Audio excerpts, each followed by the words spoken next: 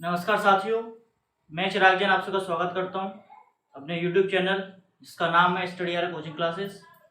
और प्रस्तुत हूं आपके सामने सीटेट के कुछ इम्पोर्टेंट क्वेश्चंस के साथ जो गणित सब्जेक्ट से हैं, मैथमेटिक्स सब्जेक्ट से हैं, उन क्वेश्चन के साथ।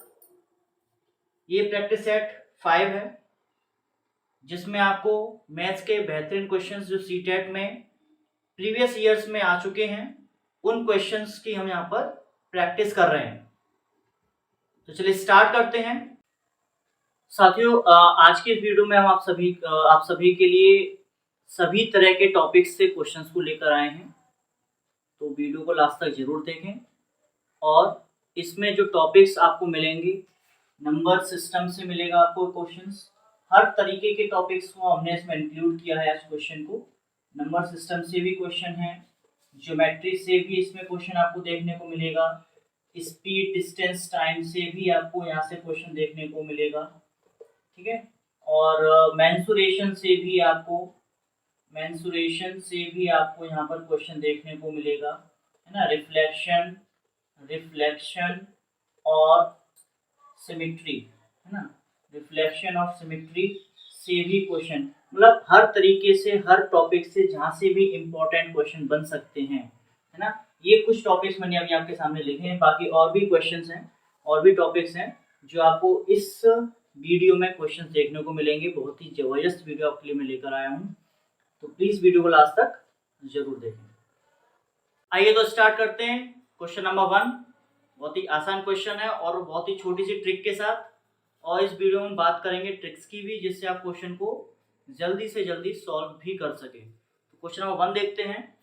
The number which divides 88 and 160 leaving remainder 3 and 7, मतलब एक नंबर जो 88 और 160 को डिवाइड करता है जिसमें 3 और 7 रिमाइंडर बचता है, मतलब 88 को डिवाइड करने पर रिमाइंडर 3 आता है, 160 को डिवाइड करने पर 7 आता है रिमाइंडर।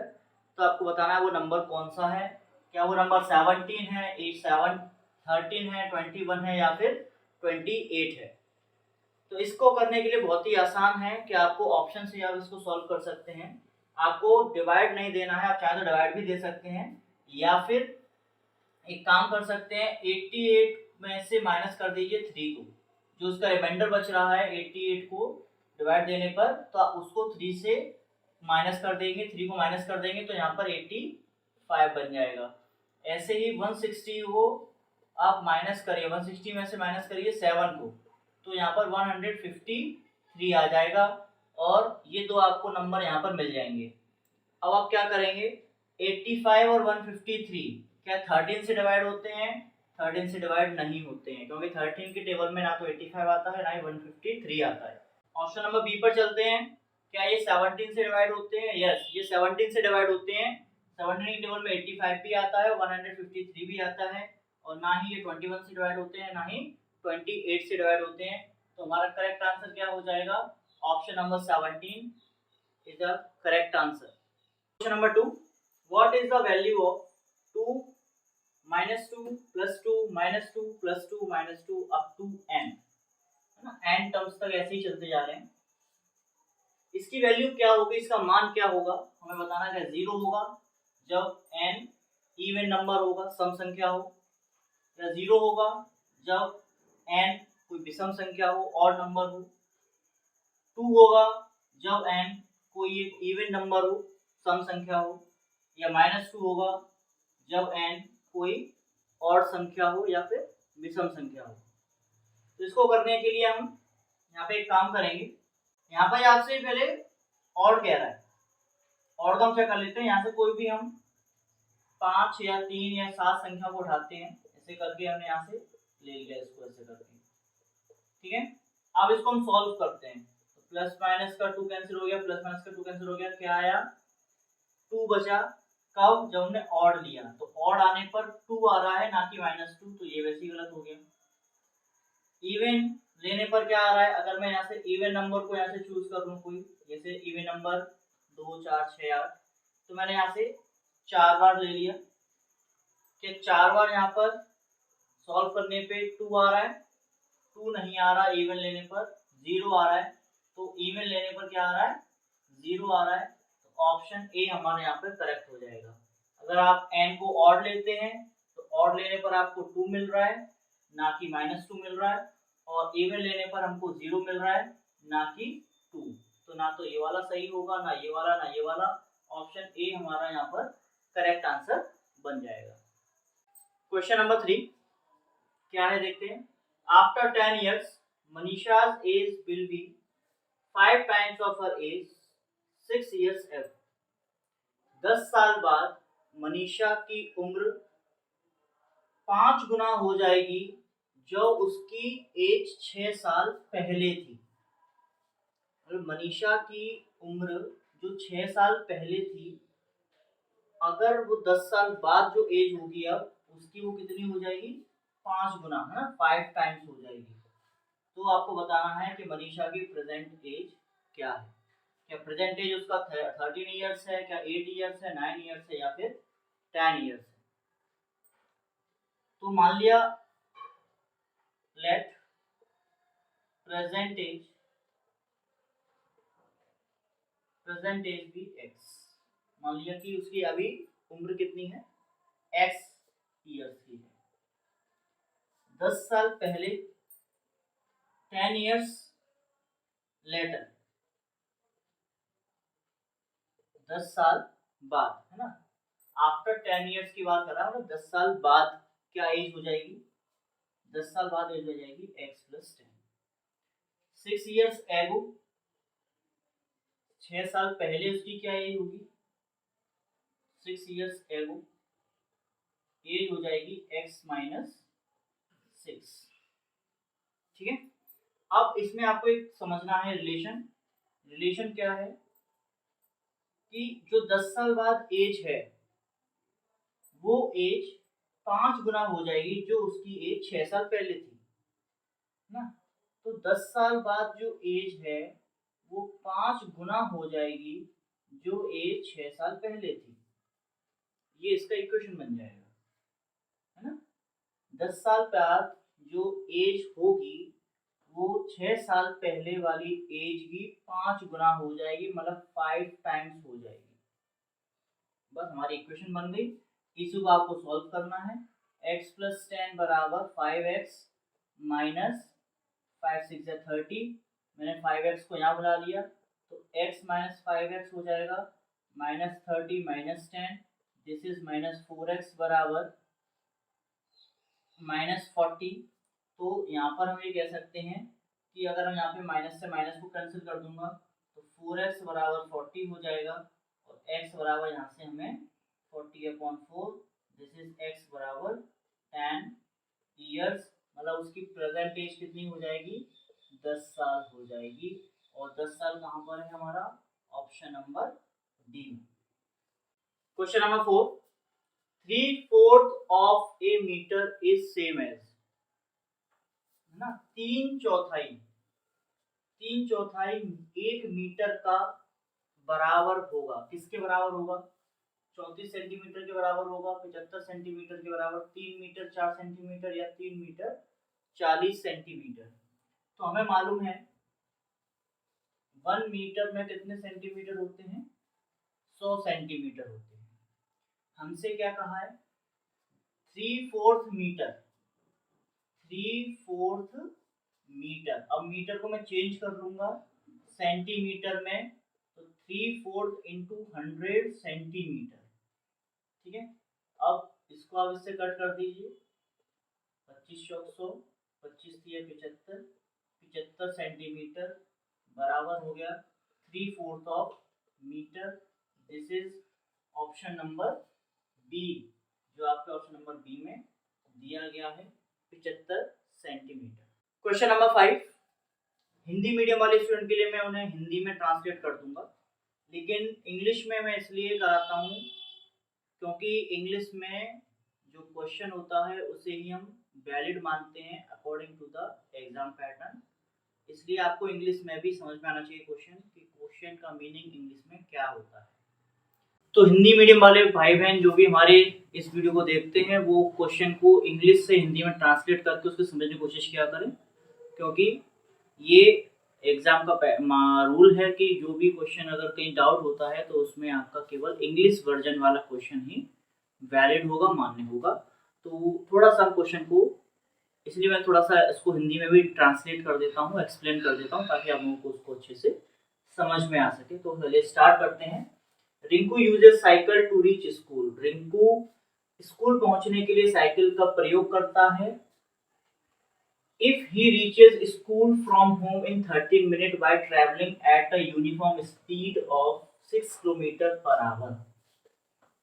अगर उसे स्कूल पहुंचने में अपने घर से स्कूल पहुंचने में 13 मिनट का टाइम लगता है, अगर वो यूनिफॉर्म स्पीड, अगर समान चाल से चलता है, और समान चाल क्या दी हुई है, uniform speed 6 kilometre per hour दी है, तो बताना है what will be the distance between his school and home. तो उसके स्कूल और घर के बीच में क्या दूरी है आपको बतानी है।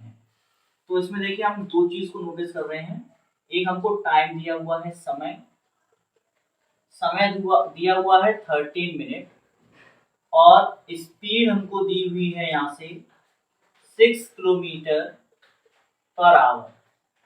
ठीक है, तो हम यहाँ देख रहे हैं टाइम हमारा मिनट में है, स्पीड जो है किलोमीटर प्रति आवर मतलब घंटा में है, किलोमीटर प्रति घंटा में दी गई है। तो हम क्या करेंगे कि इस टाइम को हम घंटे में कन्वर्ट कर लेंगे, घंटे में चेंज कर लेंगे मिनट से। तो ये हो जाएगा हमारा 13/16 आवर, है ना। अब हमारा क्वेश्चन बहुत आसान हो गया, हम इसको फटाफट से कर सकते हैं। तो हमें क्या निकालना है, डिस्टेंस निकालना है, और डिस्टेंस मतलब दूरी, और दूरी का फॉर्मूला होता है 4 गुणा समय, है ना। दूरी बराबर होता है 4 गुणा समय या फिर स्पीड इनटू टाइम। तो आप यहाँ से सिंपल सा, आपको सही वैल्यूज पता है, आप इनको यहाँ से देखो, 6 हो गया किलोमीटर प्रति आवर, किलोमीटर प्रति घंटा स्पीड दी हुई है, टाइम दिया है 13/16, और स्पीड जो हमारी डिस्टेंस है, डिस्टेंस को किस में निकलेगी, किलोमीटर में, क्योंकि यूनिट हमारा डिस्टेंस का किलोमीटर में दिया गया है। आप इसको कट कर दीजिए यहाँ से 10 टाइम्स, तो ये हमारा हो गया 13/10 किलोमीटर। आप इसको चेंज कर लीजिए मीटर में, क्योंकि आप यहाँ पर देख सकते हैं यूनिट सभी आपको मीटर में दी गई हैं। तो 13 हम इसमें 1000 का मल्टीप्लाई कर देंगे, जिससे इसका आपका क्या बन जाएगा, मीटर बन जाएगा ये। ठीक है, 0 से 0 कैंसिल हो गया, और यहाँ से आप देख सकते हैं कि 13 का 100 में मल्टीप्लाई करेंगे तो 1300 मीटर, मतलब 1300 आपका जो है यहाँ से डिस्टेंस आ जाएगा। तो ऑप्शन नंबर डी, है ना, डी फॉर डिस्टेंस आपको कितना दिया है, 1300 मीटर। नाउ क्वेश्चन नंबर 6 देखते हैं।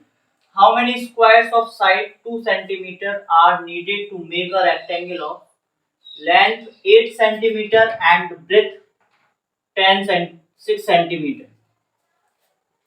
क्वेश्चन कह रहा है कि हमें कितने स्क्वायर्स की जरूरत पड़ेगी जिसकी साइड 2 सेंटीमीटर की है, एक रेक्टेंगल बनाने के लिए जिस रेक्टेंगल की लेंथ 8 सेंटीमीटर दी है और ब्रेथ 6 सेंटीमीटर दी है। मतलब आप ऐसे समझ सकते हैं, एक रेक्टेंगल को बनाना है जिसका मेजरमेंट हमको 8 सेंटीमीटर और 6 सेंटीमीटर का दिया है, और इसको बनाने के लिए स्क्वायर्स का यूज किया जाना है जो 2 सेंटीमीटर लंबाई और चौड़ाई वाले वर्ग है ना। मतलब वर्ग और आयत का ये क्वेश्चन है, मतलब आप कह सकते हैं ज्यामिति या फिर ज्योमेट्री का क्वेश्चन है ये, है ना। ज्योमेट्री का ये क्वेश्चन लिया गया है, और इसमें आपको हमारी वीडियो में आपको सभी तरह के क्वेश्चंस का मिक्सअप मिलेगा। तो चलिए इसको स्टार्ट करते हैं। कोई भी टॉपिक हम ऐसा नहीं है कि उसको ब्लैंक छोड़ देते हैं, आपको हर टॉपिक से हर तरह से क्वेश्चन आपको वीडियो में मिलेगा देखने के लिए। तो इस 2 सेंटीमीटर के स्क्वायर्स हमें कितने लेने हैं कि हम इस रेक्टेंगल को बना सकें। देखिए ये सब फिगर्स कैसे हैं, ये सब फिगर्स 2D फिगर्स हैं, है ना। ये सब कैसे फिगर्स हैं, 2D मतलब 2 डायमेंशनल फिगर्स हैं। और 2 डायमेंशनल फिगर्स में जब हमें इस तरीके से एक दो शेप्स का अगर यूज करना हो और हमें बताना हो कि हमें कितने स्क्वायर की जरूरत है, कितने रेक्टेंगल की जरूरत है, तो हम सब उनका क्या करते हैं, एरिया निकालते हैं। क्या करते हैं, एरिया। जब हम 3D फिगर्स में बात करते हैं तो उस टाइप के क्वेश्चन के लिए हम उनका वॉल्यूम कैलकुलेट करते हैं। तो अगर क्वेश्चन ऐसा आता है तो आपको उस क्वेश्चन में हम उसका कराएंगे भी। तो पहले इसका हम क्या करते हैं, एरिया कंपेयर करेंगे कि मतलब एरिया क्या होगा, या सीधा सीधा वैसा भी डायरेक्ट फॉर्मूला लगा सकते हैं कि नंबर ऑफ स्क्वायर्स हो जाएगा area of rectangle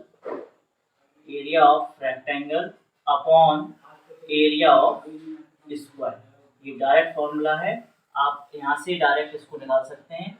area of rectangle क्या हो जाता है, लंबाई गुना चौड़ाई, और ये क्या हो जाता है, साइड का स्क्वायर, एरिया ऑफ स्क्वायर। ठीक है, अब आप क्या करिए, लंबाई गुना चौड़ाई, आयत की दी गई है आपको 8 गुणा 6, और स्क्वायर का क्या दिया हुआ है 2 का स्क्वायर, तो 2 का स्क्वायर 4 होता है, मैं डायरेक्ट इसको यहाँ 4 लिख देता हूँ। ठीक है, 2 का स्क्वायर 4 होता है, तो मैंने इसको डायरेक्ट यहाँ पर 4 लिख दिया, और 4 से मैंने इसको काट दिया 8 को 2 बार, और 6 दूनी 12, मतलब नंबर ऑफ स्क्वायर्स कितने हो गए, नंबर ऑफ स्क्वायर्स हमें कितने स्क्वायर चाहिए बनाने के लिए, 12 स्क्वायर्स की हमको यहाँ पर जरूरत होगी। ऑप्शन नंबर डी में आपको 12 स्क्वायर्स यहाँ पर दिए गए हैं। Now question number 7, find the difference between the smallest 4 digit number and the largest 2 digit number.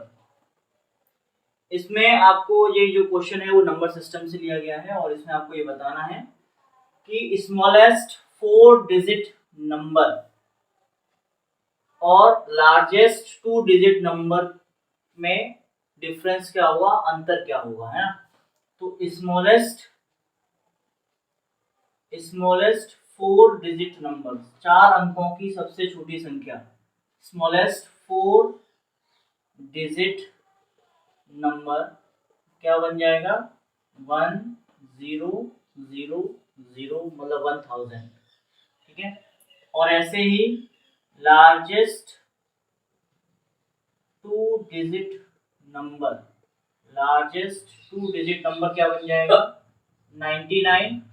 इसे माइनस करेंगे, तो माइनस करने पर देखिए यहाँ पे क्या मिलेगा हमको, 10 में से 1 माइनस 9 माइनस करेंगे 1 बचा, 9 में से 9 माइनस करेंगे 0, यहाँ पे बचा 9, तो 901।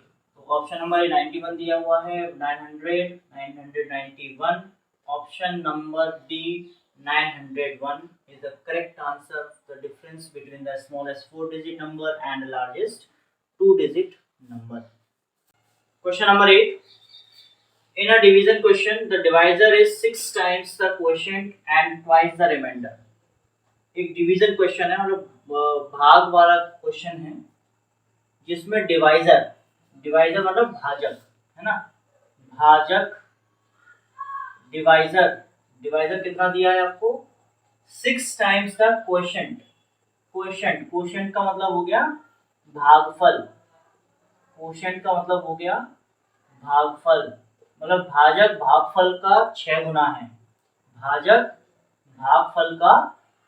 गुना है, और ट्वाइस द रिमाइंडर, और शेष फल का कितना है, 2 गुना है, मतलब भाजक जो है वो भागफल का 6 टाइम्स है, और भाजक शेष फल का 2 टाइम्स है। ठीक है, ये 2 टाइम्स है और ये 6 टाइम्स है। ठीक है, तो हमको ये बताना है इफ द रिमाइंडर इज 6, अगर रिमाइंडर 6 है, अच्छा ये अच्छा क्वेश्चन दिया है यहाँ पर, एक उन्होंने शेषफल दे दिया, शेषफल अगर 6 है तो भाजक कितना हो जाएगा, भाजक क्या है, डिवाइजर क्या है, रिमाइंडर का 2 गुना है, तो भाजक कितना हो गया, 12 हो गया, है ना, भाजक कितना हो गया, 12 हो गया, और 6 टाइम्स का क्वोशंट, और डिवाइजर 6 टाइम्स है क्वोशंट का, मतलब क्वोशंट जो है उसका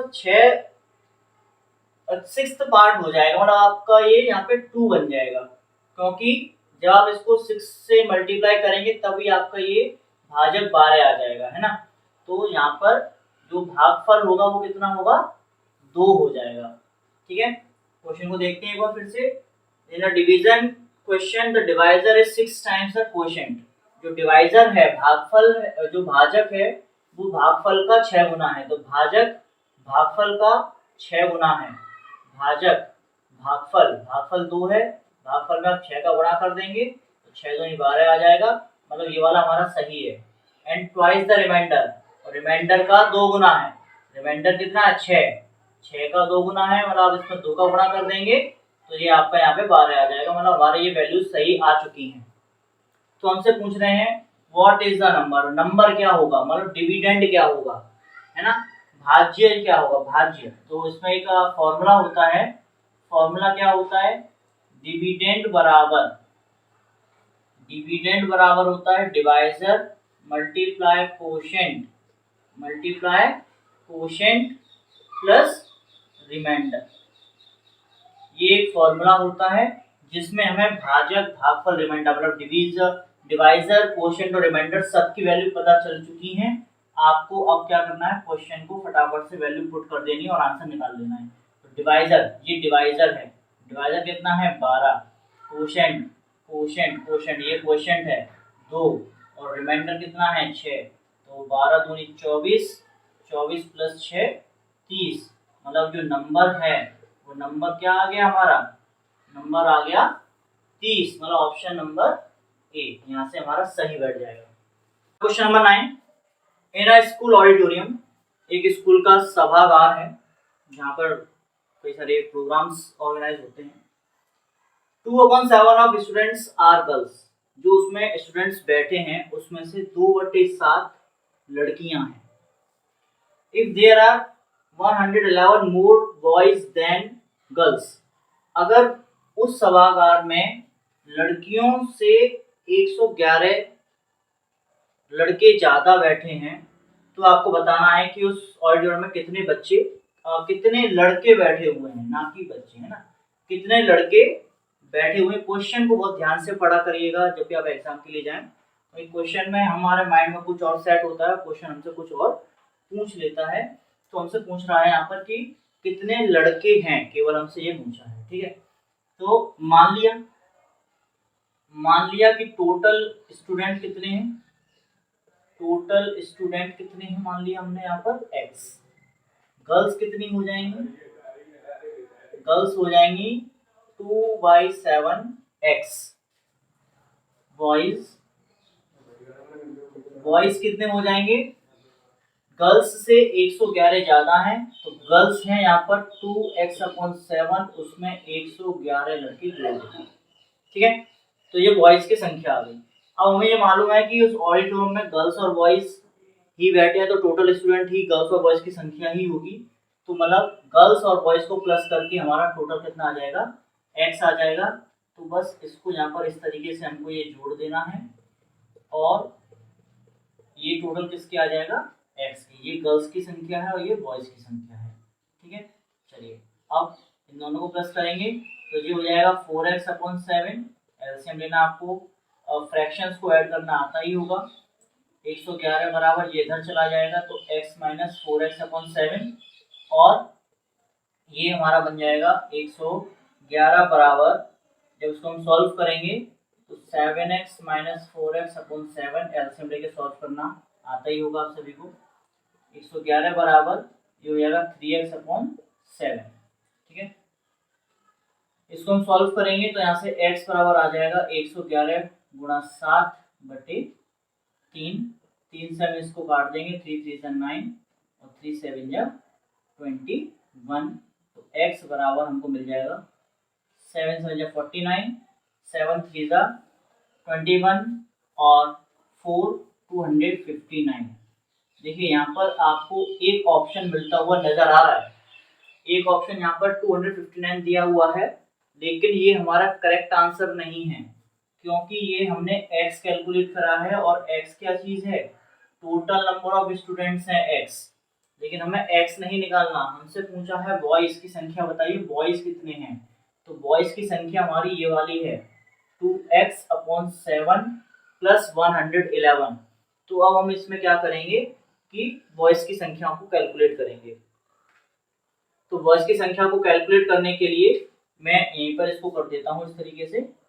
तो यहाँ पे हो जाएगा 2 इंटू, देखिए x की वैल्यू कितनी निकली है 259/7 प्लस 111, ये 7 से कट जाएगा, 7 3 जा 21, 7 7 जा 49, तो 3 से इसका मल्टीप्लाई करेंगे तो दिस इज 74 प्लस 111, एंड जब आप इसको प्लस करेंगे 4 और 1 5, 8 और 1, मतलब बॉयज की संख्या कितनी आ गई 185।